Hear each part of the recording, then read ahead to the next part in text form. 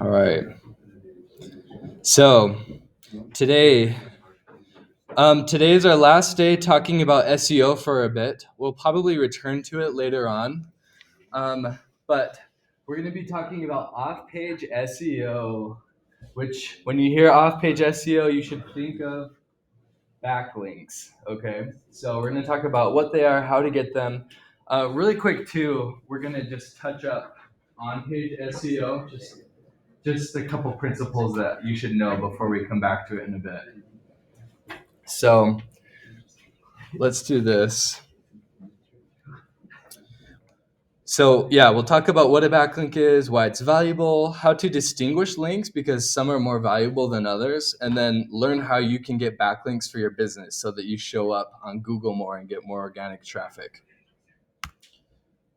So, but first, let's do this. Everybody, that article I showed you last time, I'll just pull it up here really quick too.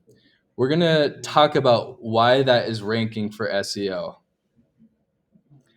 So there's certain things going on with this page, like the way that I wrote it and certain like formatting things and other things that are making it capture more keywords because people are either spending longer on the page or it's sending clear signals to Google. So what I want you all to do is, I feel kind of presumptuous like having you like read my wisdom, but everybody take a minute to read this and then talk to a person next to you about what you think the elements are that are making this rank well for SEO.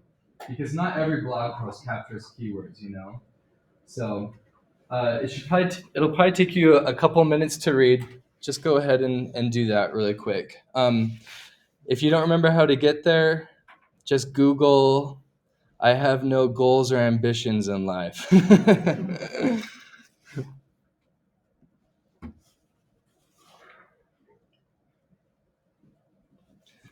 Google's going to be like, dang, it's a rough day.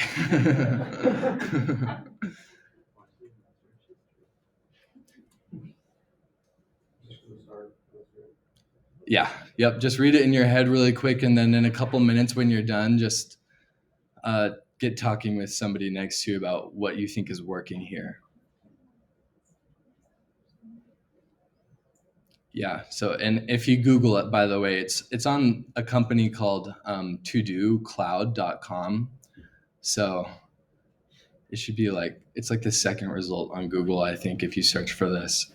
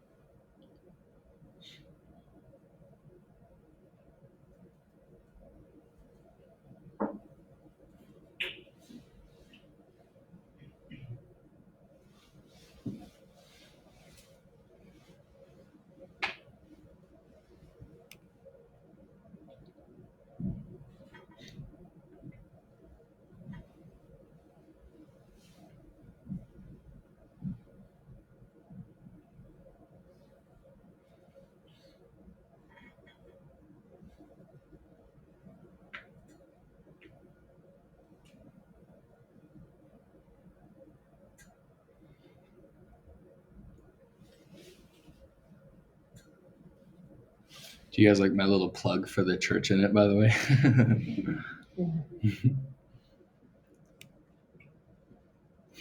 Spreading the word.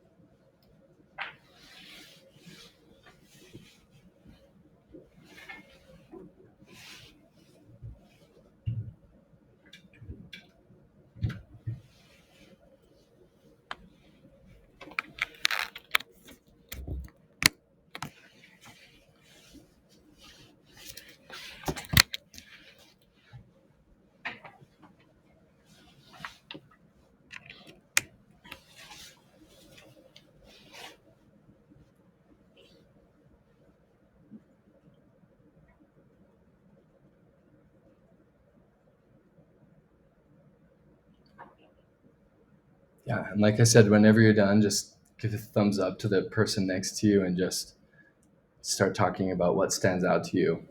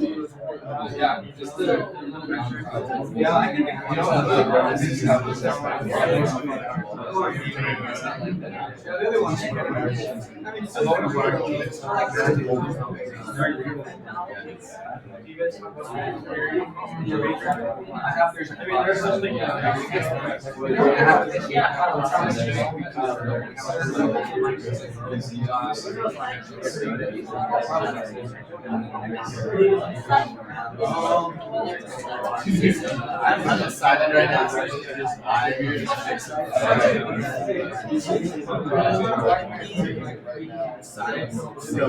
All right, guys, let's wrap it up.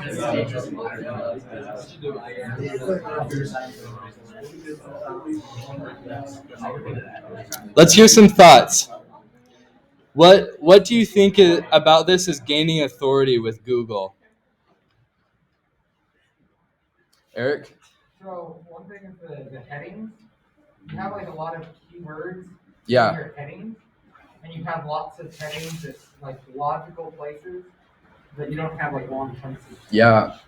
Excellent observation. Headings is so important. Yeah, we're going to talk more about that.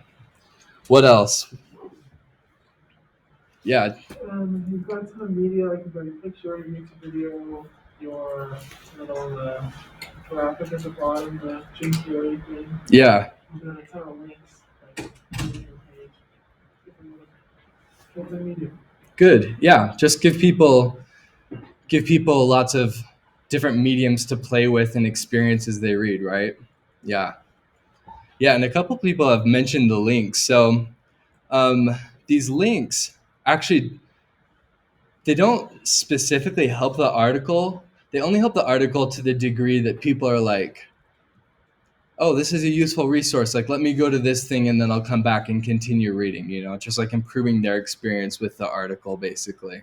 So could it be good too? Just links like another article on your same website? Yeah, exactly. Yeah. Yeah, because some of them link to other blogs on the same website, huh? Good observation. And so if they're done with this article, then we'll read my other one.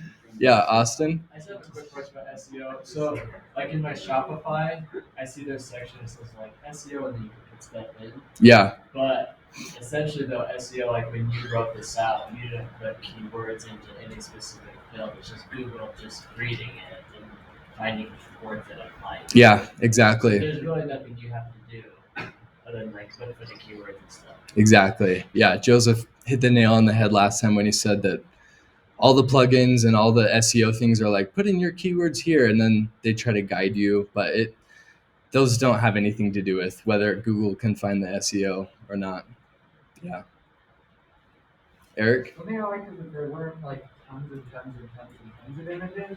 Right. It was easy to read. There was enough to keep it interesting, engaging, but not too many to the point that it was distracting. Yeah. Yeah, I think that's a good observation. The other thing too is that this, Eric, that having too many images on a page makes it load slower, right? Yeah. So you'll notice I just had that smallish one. There are other articles where we have like a big image and it's quality or like there's lots of images, but that's something to keep in mind. All right. Yeah. Well, what do you guys notice about, look at the URL and then look at the title. What do you notice about that? Yeah, it's the same, right? So this is the keyword I was going after. Just like you guys are doing for your assignment in Ahrefs, I saw that I have no goals or ambitions in life was an easy keyword that got like 150 searches per month. And so just laser focus on that keyword. I have it in the URL. I have it here. Like you've mentioned, it's in a number of the headlines. You have to be careful. It used to be when Google was more dumb, there's this thing called keyword stuffing, where if you want to rank for the keyword, just put it everywhere, just trillion, billion keywords on the page. And people would even like, oh, I'll have like white text in the background that has the keyword just so it's on there so many times. But Google knows all of our tricks. They're not impressed. So if it reads weird to people, that's like should be your biggest indicator that too many keywords. But other than that, just having your main keyword appear like 3 or 4 times in the article is probably usually the right amount. Yeah, it's cool how these headings are like adjacent. So it still, I'm sure, helps that keyword, but also get some like related keywords. Yeah, totally. And we actually played around with that and searched for related keywords, Oh, cool. and your article still shows up. Awesome. Yeah. I mean, it makes sense because the article's getting 300 searches per month, but this specific keyword only has a traffic of 150. So it's getting some nearby ones too. Yeah. So let me show you some other things here. Oh, Rachel, please. What's a good search volume for Good question. So typically what I go for, it mostly has to do with keyword difficulty, obviously, and who else like is fighting for that keyword, because I'll go for a volume of like 5,000 a month if I think I can hack it. But it seems like usually easy keywords with like a manageable volume for you to capture is closer to like 60 or 100 per month. So, but I sometimes go for 30, sometimes less, because if you can just capture, if you can write a really good article and it captures a keyword of 30 volume, then you'll probably get other keywords nearby it too. So, yeah. So let me introduce you guys to a couple plugins. Is Robert here today? Bummer. Okay, he was asking about this one. So this is what I use SEO Minion for. If you want this extension, just Google SEO Minion Chrome extension. So click on Analyze On-Page SEO, and this is kind of cool. It tells you if the headings are being read by Google correctly. So this is a test that I do on a lot of sites because Google reads headings more closely than it reads body text. It reads both, but headings are most important. So, and it's tricky sometimes because a lot of the time, what I used to do before I knew how SEO worked is like, oh, I don't want to like put in an actual heading. Like, I'll just make the font bigger, make it bold as a heading. Boom. But Google can't always read that. It needs to be in Shopify or in WordPress as a heading. And that's not a hard thing to do. It should be really easy to find when you're writing a blog on the article or whatever. Just make sure you have the heading highlighted and then go into format options and click heading. And there's a number of headings. So H1, this is the title of the page. Well, not technically the title, but it's the big dog heading. This is the most important. And then after that, we have H2s, heading 2s. And those are all the sub ones. And then it can go smaller too. Like this article has some H3s as well. So just be aware that those really need to be keyword optimized. And then I'll show you something else too. This is another useful plugin that I recently found. Who here knows what alt text is? Yeah, Zach, what is alt text? Is that whenever you hyperlink, if you have text, into a video or something, you can click Command K and then just and have it be over text, so it's strong network? Or is I don't think so. No. Gabby? Is it like if your image or video is broken and that's like your backup, like saver to say like this is what it's supposed to be? Exactly. Yep. So basically, if the image isn't loading, or if like a blind person is using your page or whatever, Google will use that to inform people what the image is about. That's also a good opportunity though for you to capture more keywords and tell Google what your page is about. So I have this cool plugin. What's it called? Alt text, image alt text viewer extension. Let's see if I can zoom in on it for you. I can't. But it's alt text is another thing that's really easy to put into your website builder. Just Google it if you can't find it. But there's usually an option like if you just like click edit image or whatever, like when you click on the image, it lets you put it in. So here you can see alt text. Boy who has no goals or ambitions in life. So, and this Chrome extension, that's the only image on the page, but it's kind of a fun Chrome extension because it just tells you like everything that it's reading on the page. What's the extension name again? It's called Image Alt Text Viewer. Yeah, Image Alt Text Viewer.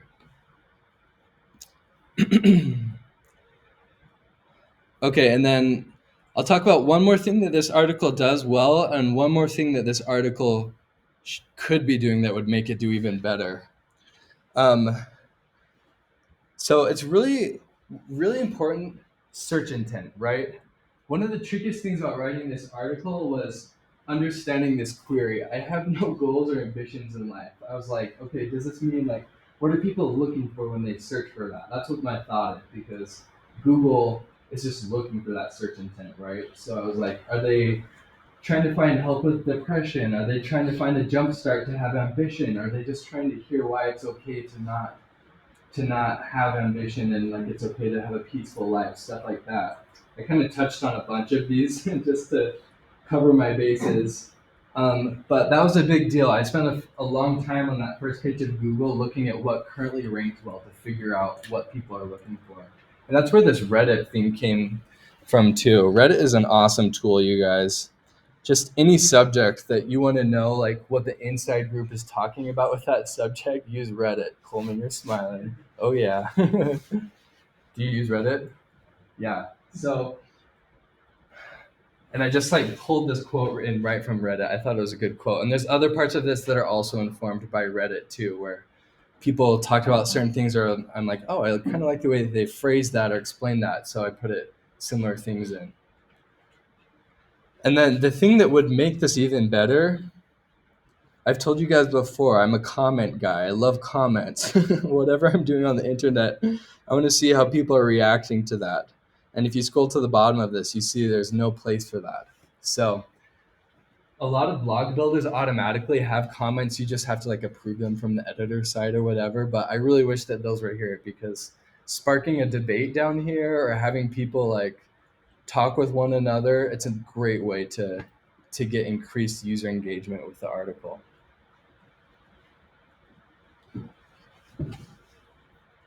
So after the keyword assignment is due on Monday, you're going to have an assignment where you need to write a blog post like this for one of your keywords. So be keeping that in mind as you do the assignment. It can be an article, or it's pretty loose, but you'll have to write a thing for it. And I'll give you a rubric of like what needs to be included in this article, but basically it's going to look kind of like this. So just remember that. But let's jump into off-page SEO. Let's see. Okay, shoot some guesses, or what have we talked about other days? Just call some things out. What makes a link more valuable? Eric? It's from someone who's reputable. I love it. From another reputable website. What else? Yeah, I like that. So, oh, what do you mean? Okay, yeah, I like that. So that's what helps your own website grow.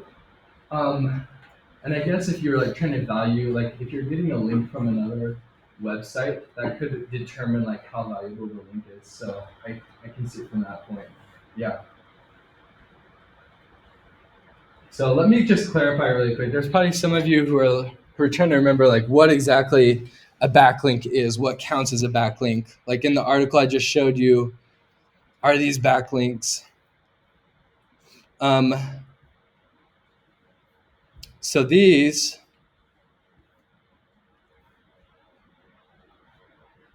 is a backlink because it goes to Wikipedia. You're welcome, Wikipedia. I gave you a backlink since you need so much help ranking on Google.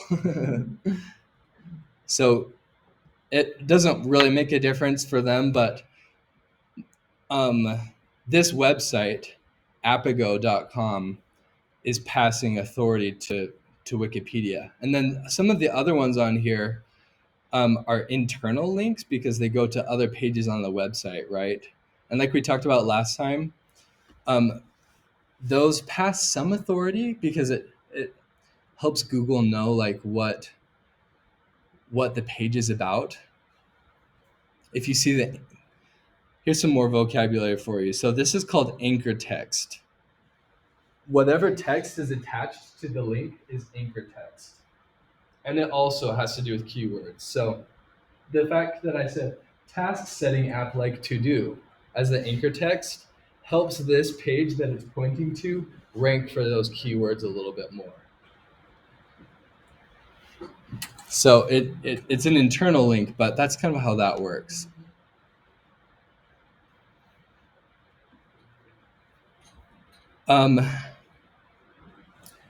So let's look at someone's backlink profile really quick. Also, all these things I'm doing with Ahrefs, you guys, since you're signing up for the free trial, you really should, if you want, try playing with this with other, just play with it during the week while you have access to the app anyway. So here's one of my old clients. Let's check out their backlink profile. Myvara.com.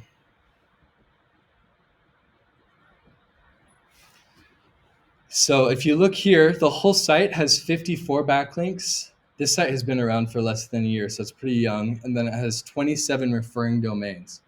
The difference is that a referring domain is like a unique website. Or how many unique websites are giving backlinks, basically. So some websites that link to Myvara are giving multiple links. That's why there's fewer referring domains than backlinks.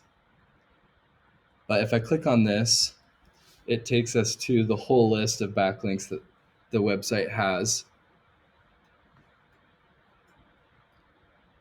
So, and you can see here, so here's all the backlinks. Here's the domain rank of the sites that are giving these links. And like Eric said, like this has a lot to do with how valuable it is. And then there's some other interesting numbers here. So let's look at this. Couponspays.com/store Myvara. It looks like we lost the link though.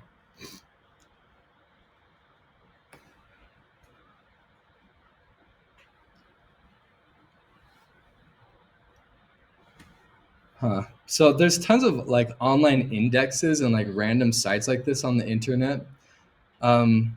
And the backlinks, I don't think actually make a big difference, especially since this is a domain rank of 4. I don't know why the Myvara newsletter sign up is right here. What the heck? Okay. I don't know. Maybe the owners of this company had a deal with couponspays.com or something like that. So this is actually a backlink that I got for them. So this is from a domain rank of 64. The anchor text that I set for this link is company that sells facial steamers. So let's go check out this backlink.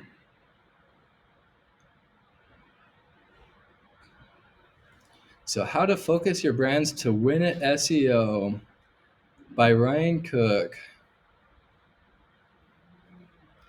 So this is just an article. We'll talk about this more in a second, but basically I wrote this article and then I went to Pixel Productions and I was like, hey guys, I wrote this article. Would you want to post it on your blog? And they checked out and they're like, oh, this is an awesome article. Like we'd love to have it on the blog. And inside of this, I talk about Myvara. It's loading so slowly. Okay, so here I'm like, Myvara, for example, a company that sells facial steamers for people who want to bring the spa experience to their home, is by no means the first company to try and market facial steamers. And then I talk about their SEO strategy, but this is a link right here, and it goes to Myvara, and it's giving them authority and helping them rank better on Google. It doesn't matter necessarily that they're like related. Yeah, good question. So it would be a more valuable backlink if this was a website about like beauty and this was an article about like skincare and then I linked it to it. But there's still quite a bit of value to be passed even if you're not closely related. So yeah. So yep, then it links to this website.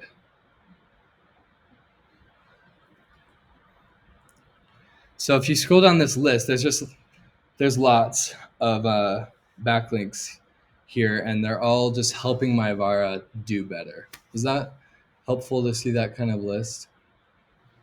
Cool. So let's talk about some of the factors that make links more valuable. So links from sites that are in your same niche are more valuable. Links from sites that have a lot of authority are more valuable. Do follow links are more valuable than no follow links. I'll show you that in a second too. I know that that's something we glossed over last time. And then links from pages that have traffic are more valuable. Links from pages that don't have tons of other links on them are more valuable. Because there's also an era where Google was less smart and people are like, okay, so Google ranks websites according to how many backlinks they have. I'll just sell tons of backlinks to all the companies that want to rank better on Google, and they would just have this huge like yucky index. They're still around there too. They always link to like casino sites and like porn websites and things. And it doesn't actually help. It's just a joke. But just know that doesn't work. It's better to have a page where it's like an article or something, and there's just like your link is clearly important. It's not just a list of links to random companies.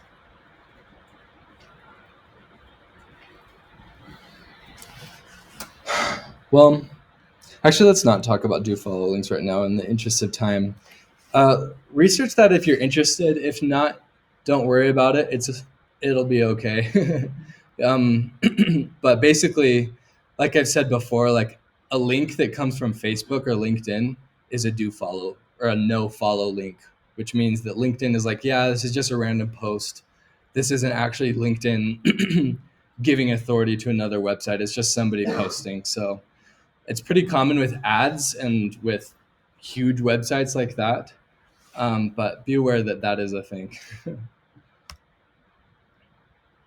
So here's 3 ways that you guys can get backlinks for your own website or for your clients. Here's some options for you to pick up more clients if you want to do what Eric is doing, just start selling marketing services. So I'm going to go more in depth on these, but you can sign up for Haro, which stands for Help a Reporter Out. Asks blogs and sites if you can guest post. That's what I just showed you. And then you can just do newsworthy things and tell news stations that you're doing it.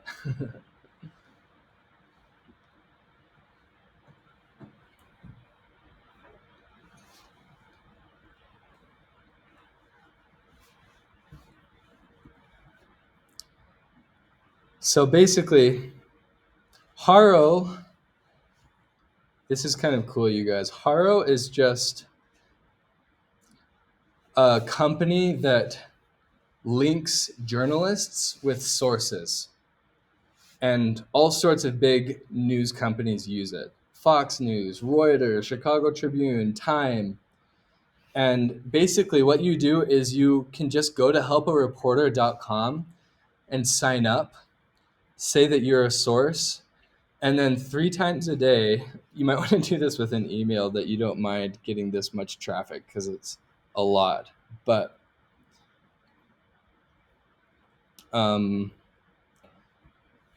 so let's search for Haro.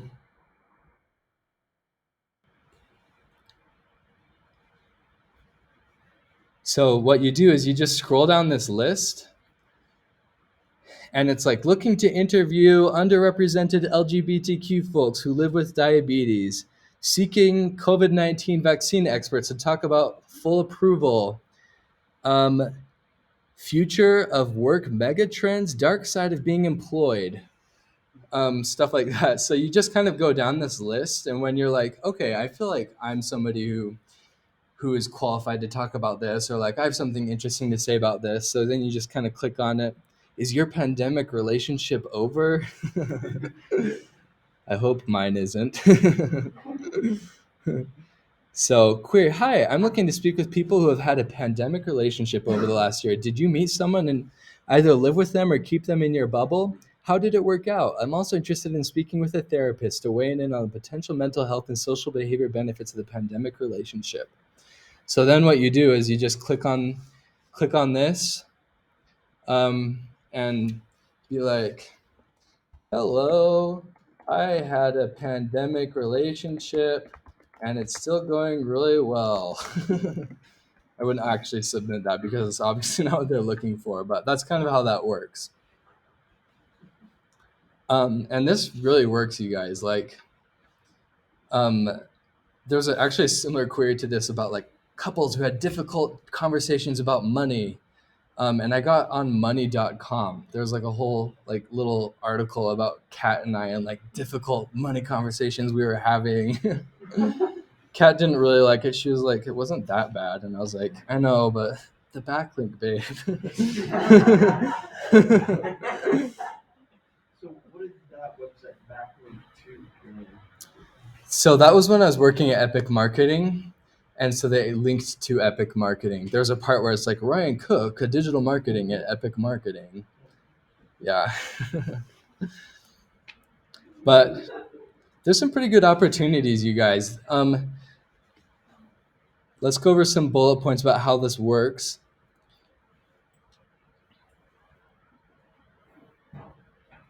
See you, Max. So there's a lot of consistency because obviously everybody wants to be in articles in the New York Times and money.com. So you usually only can land like 1 or 2 pitches out of 10 is my experience. But even then, like, it's pretty decent, right? You have to apply to ones that are close, that you are related to, and then just like write good queries. Usually just a paragraph is good, like 6 sentences.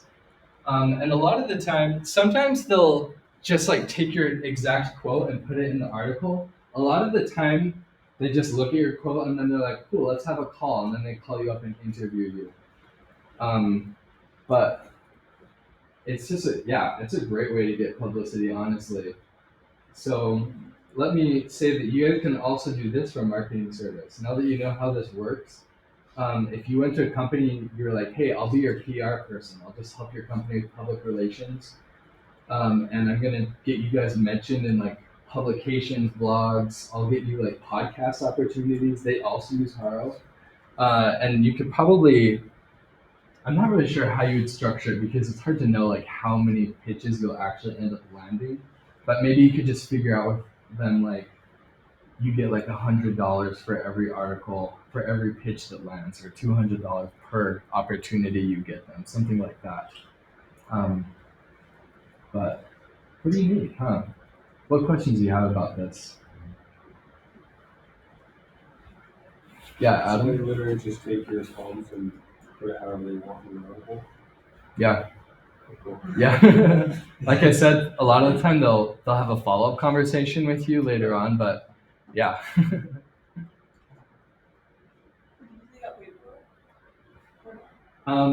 Epic Marketing got paid for it. But so, I mean, the way it works is like, and a lot of the people who are responding to these Haro requests are marketers and PR specialists who are trying to help their clients get like more publicity. So that's usually the way that it goes. Does that answer your question, Bill? What? Yeah. Okay. What are you? I don't really know what that's. Okay. Fair enough. So, and this is on your weekly seeds thing. It's already planned. So if you submit some pitches, you can get weekly seeds points for doing this. I don't remember how much we put it in, but just be aware that that's there. I'm just kind of missing what the value of it is for your business or. Okay. Sorry. No, thank you for asking. So the value essentially is that, like, if I'm a software company, the New York Times is now linking to my software company. So that could mean that it's good because people will like click on the company and like go and like the readers of New York Times will be like, oh, what is this company? What do they do? Interesting. The other thing is just the value of the backlink, right? Because a link from the New York Times helps your website rank better. Google's like, okay, well, if the New York Times trusts this website, I trust it more too, and I'll show it to more people. So understand that like this list of my VAR's backlinks that I showed you guys, on the internet, you can pay people like me, or here in Provo, you can like pay 97th Floor to get backlinks for your company. And it's usually like $300 per backlink is the market rate. So if you get a valuable link for a company from Haro, because X blogger is now linking to their website and helping their website rank better, like that, you might even be able to charge that company like $300 because of how their company's website is going to be helped by that backlink and by that mention. Does that answer your question? Cool.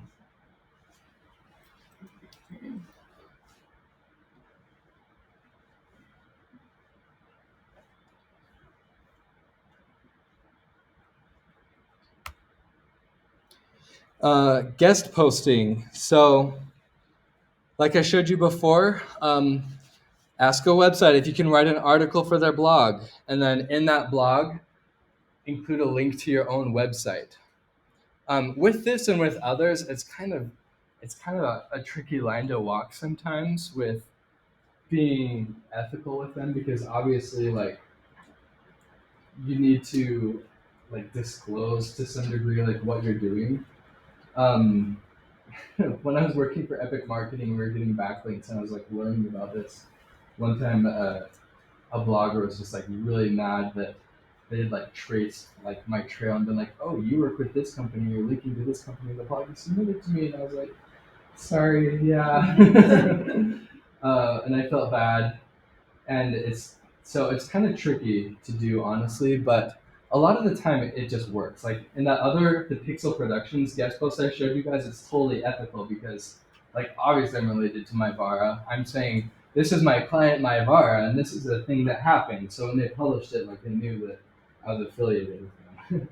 But other times I'll also just be like, hey, just so you know, like I linked to a source of this company. It's a blog that I also wrote for them that I think is really good that I thought applied. And more often than not, they're like, okay, I don't care. So there's a few ways to do this, Eric. It says send out an email campaign. Yeah. I'm curious as how do you send out an email campaign like that without having it show up in their spam folder? Good question. It usually isn't an issue, honestly. Just like send it to the contact us email or something. Yeah. Yeah. As long as you don't do it in a spammy way, because what gets you landed in the spam folder is when people label you as spam. Have you seen that in your Google inboxes? How you can label things as spam? That tells Google that company shouldn't be allowed to email people. So be aware of that. But I'll show you an example of what this email usually looks like. And then what you can do is sometimes you can be like, hey, space company, I really like writing about space. Can I write you a space article? And they'll be like, yeah, could you write about this thing going on with Mars? And you're like, cool. A lot of the time too, though, it works to just write the article and be like, hey, I already wrote this article. Do you want to use it? And it kind of cuts out a few steps. So I usually do it that way, but both work. So I'll show you what this looks like.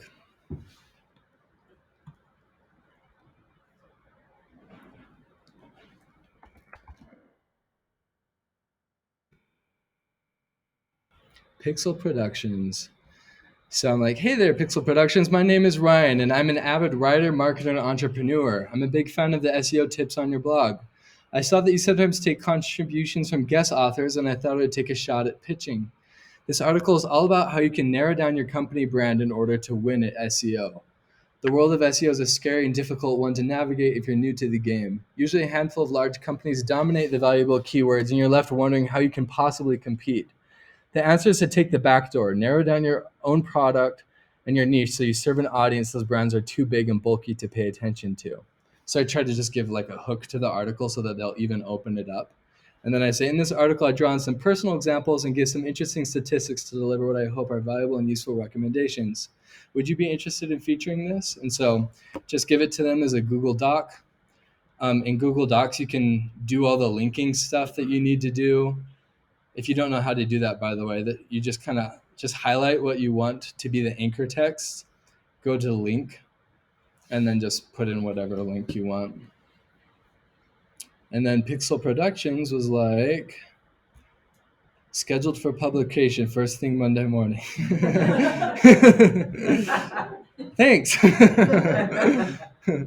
So, Did you link it to your website? yeah, so it's linked to my Vara. So that's how that went through. But a lot of the time, just so you know, this is kind of an anomaly that the first email, I think he responded really quick too. Normally you have to follow up like 3 times and be like, so I assume you don't want this then, right? And they're like, wait, no, we do.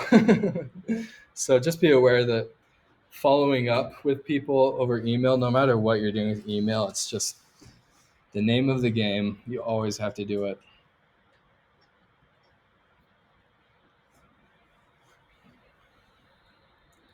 Okay, and then we're about to go to the last thing about doing newsworthy stuff. But any other questions about guest posting? Okay. Another thing I'll say to you guys, I was really glad to have Joseph here last time because he shows that, like, if being an entrepreneur is just not your thing, like you want to have like your benefits, you want to have job security, like that's totally respectable. And that's kind of Joseph's thing too. Like, I don't think he likes the low stability life of having your own clients. So he's just works for companies. If you want to take that route, usually a good way to get into SEO is by guest posting, because this requires a lot of like hard work and kind of a lot of grunt work. But here in Provo, there's that company called Base, and all they do is sell backlinks to clients. They're a sister company with 97th floor. But on Base's website, you can go in and be like, hey, I want 20 backlinks for my website. And Base is like, cool, that's 20 times 300. We'll have it done for you in a couple of weeks. And then in there, there's just like 20 college students just writing stuff and pitching stuff, sending out email campaigns. But it's a good way to get into the SEO world. That's basically what I started out doing when I was at Epic. So at the end, I had more to do, but it was, yeah, always some of that. It's really kind of hard work, but it's the price you pay to get into the industry if you really want to learn SEO and you don't feel like you can learn it on your own. Okay, and then this will be a fun section to talk about. Just do newsworthy things and tell journalists and bloggers. So journalists and bloggers, you guys, they're already looking for things to write about. Like, it's really hard for them too. Like, they love cool things happening and they want to know about crazy things that they can write stories about.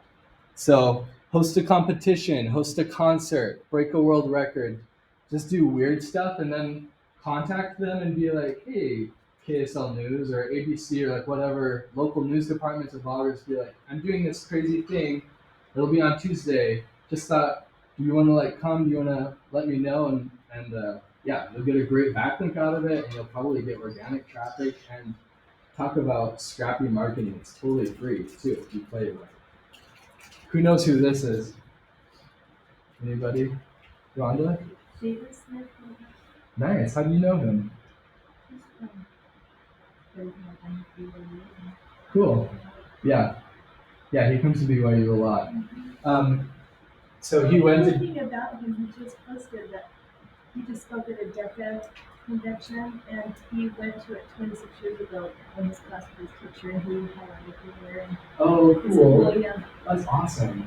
Yeah, he's big news. I've met him a couple times too. They're headquartered in Salt Lake, but they were just on How I Built This with Guy Raz. I don't know how recently, but when he was starting Code Epoxy, he's the best example of this because first of all, he came to BYU campus with llamas.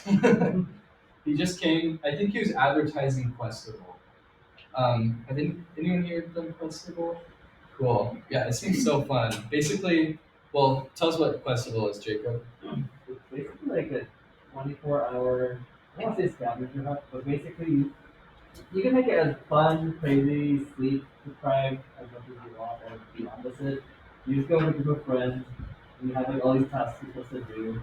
When I did it, like I think some of the craziest tasks were like, starting in Salt Lake, you would drive down to like Moab, you go like delegate, like take a picture with your friends there. Oh, dang! Wow. Yeah, so like you can go as crazy as you want. Basically, you just have to do a whole bunch of stuff with your friends, and they're fun, and then you get points and everything. I guess if you win, you get like really awesome points. But if not, you have to stay up for 24 hours with your friends doing weird, quirky things. Yeah. Yeah. It seems really cool, but the 24 hours thing, it's always been kind of like, oh. When I did it, Trying like, to- we had like a bunch of mentors and stuff, and we were already like super tired. And we're like, well, we feel kind of lame going to bed, but like, we're also super tired from this week.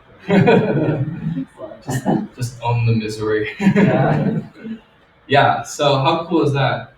And Questival is hosted by Code Epoxy. They give out Code Epoxy gear, but they get just tons of young people.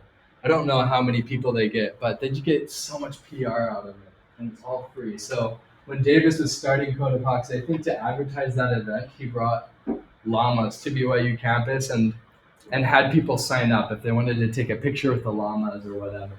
But it just got him like a ton of attention, I'm sure with news sites and stuff. So keep that in mind. And then a couple of weeks ago too, I went to a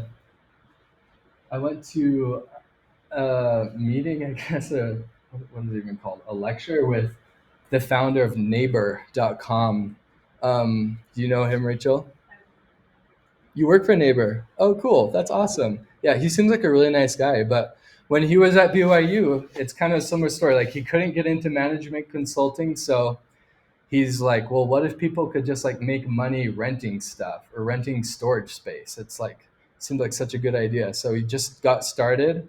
And one of the things he did when he was starting out was he found like his friend has like a ton of those hamster balls that you can like roll around and like do stuff in. And like he found some obscure like world record for like how the biggest hamster ball convention or whatever, and he was like, I'm gonna break that. And he told all the news companies, and he got his friend to loan him however many of those human hamster balls, and they just like did this big event, and tons of people came, and it generated lots of talk. But it was a really cool way to get free backlinks and get free PR. Yeah. How did that get like backlinks to his site and stuff? Like, so you did something crazy. Does he just tell them when you talk about me, you get to my site and you talk about it, or like, how's that? Yeah. So a lot of the time they'll just do it. They just link to it. Like news companies will be like, well, we're talking about this company. Like if people want to learn more about the company, like let's just have a link in there. But it's also good to nudge them a little bit too. Like if they publish the article and they don't link to you, be like, hey, thank you so much for doing this. Would you mind linking to my website? It helps me a ton, and I want people to be able to learn more. And more often than not, they'll be like, yeah, thanks for the great story. Here it is. So, John? So if you are doing like weird stuff and you want like the news to come, how do you go about like getting them there and like telling you? Just send emails, send tips. Just find like in the news email or whatever? Yeah, just make a list of all the news companies and all the blogs that you think could be interested, and a lot of them have like tips hotlines so that they can hear about stories like this, or just send them an email. Yeah, Camille? That's kind of cool. So I grew up on a farm. Yeah. And we have ours in Indiana. It's like a little like event center, like everything. So my mom runs it, and we had like a news station, and they were like going around doing stories of like people that had basketball hoops in weird places. Yeah. And we have a basketball hoop on the second floor of our barn. And so like we just submitted something like, oh, like we have a basketball hoop in our barn. And they came and like we had like a clip on the news and like linked to our like. Oh, so, right. Yeah, that's a great example. And sometimes it doesn't even have to be that crazy, huh? I love that. So Ezra? it doesn't have to be something crazy like related to your business. Or it's like maybe like doing that hamster ball thing has nothing to do with maybe Yeah. still letting you do it. Yeah. Without even Totally. It's kind of crazy how I've thought about that too. Like you think it'd have to be somehow related, but apparently not. Okay. Let me show you guys this video clip. So I hope it works. I really do. Have you guys ever seen Nathan For You? Who said yes? Oh, Ezra Coleman. Nice. It's so funny. He's like the king of this. So basically, I hope this site is so annoying with its ads. I'll tell you guys about it as the ad is loading, I guess. It might not even work though, because how do you just mute it? Okay. He's basically like, it's one of those reality TV shows where like the person goes and helps struggling businesses. Nathan is just like the weirdest guy, and he just gives like the weirdest recommendations to these companies, and it's hilarious. But he gets so much news coverage. Jacob?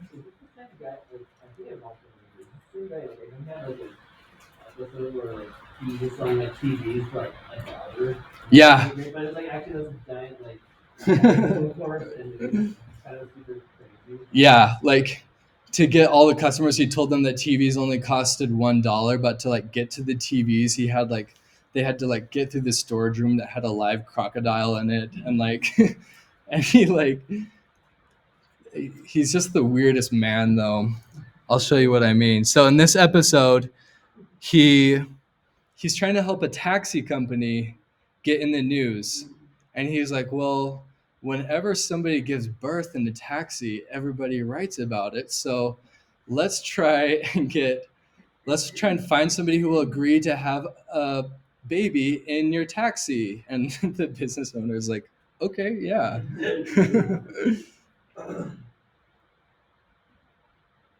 Oh, it's still on mute. Isn't that great? Yeah. Yeah. Safety first, baby. So slowly, if that was 1.5 speed. Yeah, it's like a video editing thing. I don't know. I wonder if this site is not supposed to actually have this episode, which is why it looks so trashy.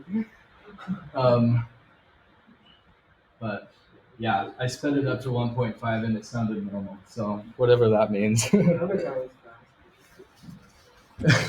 But yeah, that's basically how it works. So what we're gonna do with these last couple of minutes of class here, we're gonna have ourselves a quick competition. So every table, somebody give me your niche, and what we're gonna do is everybody has to think of some kind of like PR event or like some newsworthy thing that you could potentially do to get people talking about that company.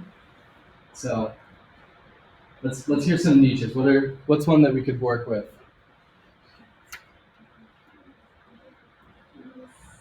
Jacob? I don't currently do it, but I would love to. I'd love to do I really like backpacking. Yeah. I'd be like, I want to find people that have like a dad that's totally different.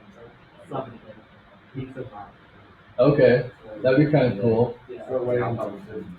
Yeah.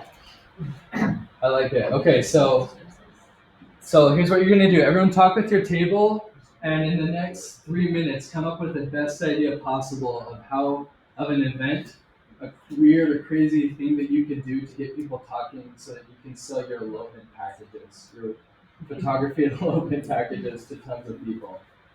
Go. Your kid's closed, right? And Anna and Rick, you guys can be with this table. You're all doing that niche, and yeah, your table's on the same table.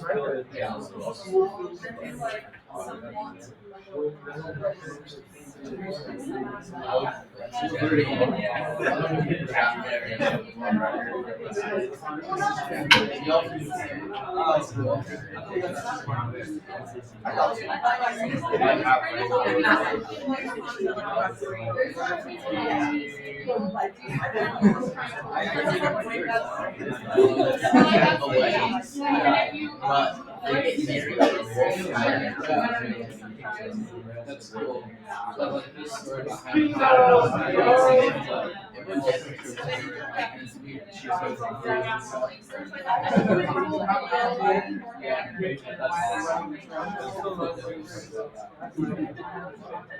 right. Yeah. No, we're all doing the niche that Jacob suggested.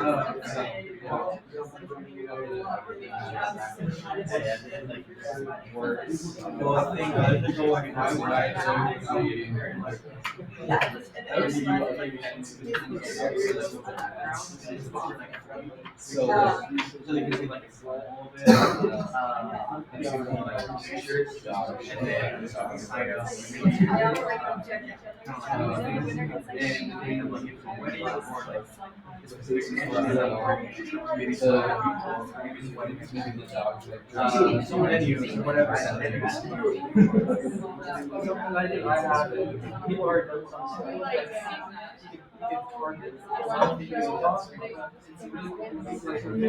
Alright, choose the idea. 1 more minute left. Choose the winning idea. Your table will present.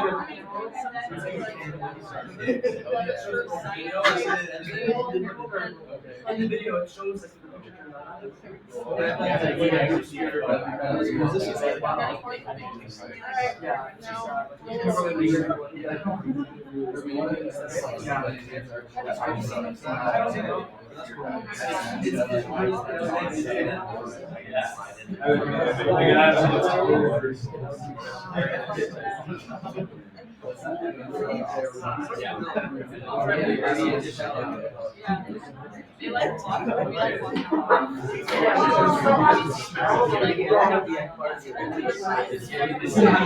Okay, we only have a couple minutes. So everybody, in less than a minute, have a spokesperson from your table tell the rest of the class what it is. Does it have to be specifically getting guidance? Yeah, this traffic. Okay, this table. What did you guys think of? What's your top idea? Less than a minute. Alright, this is what we're gonna do. We're gonna get more cantaloupe than you could ever imagine. We're gonna go to the abandoned complex, get baseball bats, and people can come smash the cantaloupe into the pool, and then people are gonna be jumping into the pool full of cantaloupe. That's amazing. Cantaloupe, but they do cantaloupe. The Cantaloupe Festival. That's brilliant. Okay, you guys? Okay, so if you guys have ever watched like Love is Blind, that's kind of like inspiration, except this is really like a blind elopement. Like they don't know each other before. Whoa. We set up the whole thing. We get 2 people. They're getting married. I love that. Yeah. And then like we'll try to get the news there and kind of see like how it works, the wedding, and Yeah. then like afterwards. And then they actually get married. They're people who No, they're married. They're married. I So love that's Okay, this table. So we were thinking about there's something we saw on TikTok where you'll go up to random strangers and ask them to take pictures of them, Okay. and it shows you like going up to them and then taking pictures. And then Yeah. it's like this. We still got 30 seconds, right?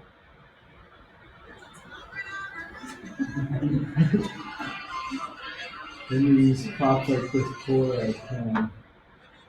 I love it. Okay, cool. Guys? We were thinking of like lying in a shark cage. Strong start, I like that. Okay, this table? We said to get a couple to hike to the tallest peak in some state like Utah and then photograph them. Oh, cool. Yeah, it's really close to Jacob's idea. I mean, if Jacob's idea actually worked, like every wedding would be its own PR event, but yeah. Either that or like a helicopter that comes down. That's awesome. Okay, Lauren and Rachel. We talked about doing kind of like a haunted house type thing, but like the people chasing you are just like your parents and your in-laws. And you're just trying to like escape with your lover. And then you win a prize at the end. And you have to get through. Yeah, that's awesome. You have to like come to the haunted house dressed up like a bride or groom or something. Okay. All right. Who votes? Let's see. Who votes this table?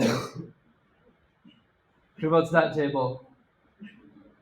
Who votes this table? Who votes this table? Who votes this table? Who votes this table? Okay, nice. All right, well, let's do it, guys. I love it. All right, thanks, guys. Have a good rest of the week.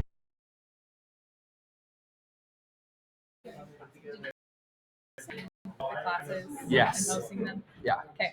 I have another class that's the same time as this class, but I hate the other class, so I just Okay. I'm trying to get the same. Yeah. I like this class, so but next week I like have to be in class. Right. So the recording will be posted, right? Yeah. Okay. Yeah. That's all I was wondering. Okay, But cool. I'm glad that I'll will work always out be for in you. this class. I hate the other class. So Yeah, well, that's ambitious though to put it them at the same time. yeah, I was just like I'm just gonna do it. Good for you though. Cool. So anyways, thanks. Yeah. As far as the project goes, it's just the 20 words on the Mhm. sheet. That's Yeah, that's it, dude. Yeah, see you, Jacob. I Yeah. just want to say thank you so much for this class. This class is so awesome. Good. I'm so glad you like it. Yeah, I started out like not knowing anything about the language. Yeah. And now I'm like actually about site finance. Oh, that's so And awesome. also like the keyword research stuff. Yeah. We have that thing.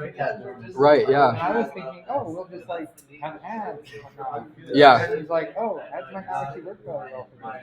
How am I supposed to do this? And then it's like, Yeah, totally. and then now I actually think I can do that. That's so cool. Yeah, we're finding a topic cluster, just like Mhm. that article. Oh, I'm so glad, dude. Yeah. I mean, just to know the difference too, that like this is probably better SEO rather than ads. That's so valuable. Cool. Thank you so much. Yeah, you're welcome. Thank you. I'm Yeah. trying to understand how that links to work like I'm trying to Okay. get a personal application. Yeah. Like, can people, is it from me writing blog posts and bringing in other, like linking it to other people and getting people to write? You know what I mean? Yeah. I have blogs on my Right. website, blog posts, Okay. Yeah. but how would I use that? Good question. So if you want lots of people to read those blogs every month because they're coming to it from Google,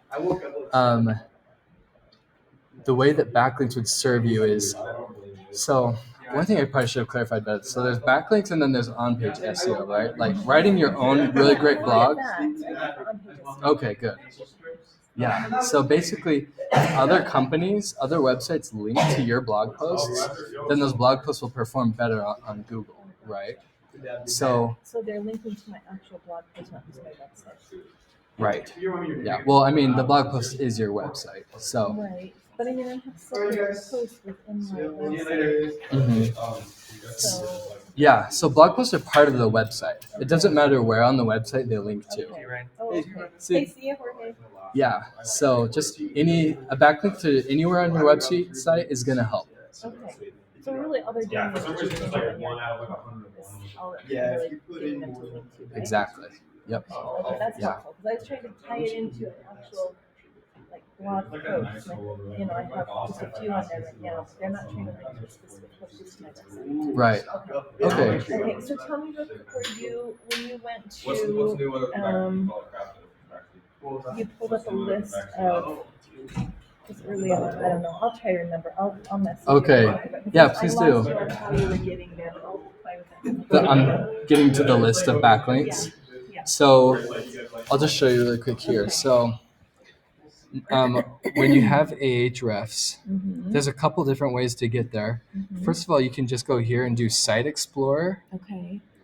What's your company's website? GKHomeandyard.com.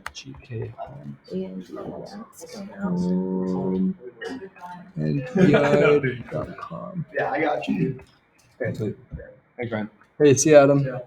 Yeah, so, and then over here, it usually starts with like the overview of your website, but then you go to backlinks, and yeah, so you don't have any backlinks yet. So anybody can look at this. Yeah. That's crazy. Right? They can look at your analytics and stuff. Yeah, I mean, they're not all exactly correct. It's more accurate, like what Google Analytics says, but basically, yeah, there's all sorts of interesting information. Like if we go to overview, we can see like your monthly volume, your monthly searches. So looks like you're getting like 2 organic searches per month currently. But yeah, definitely poke around. It's pretty cool, huh? Good to know. Yeah. Yeah. I should just sign up.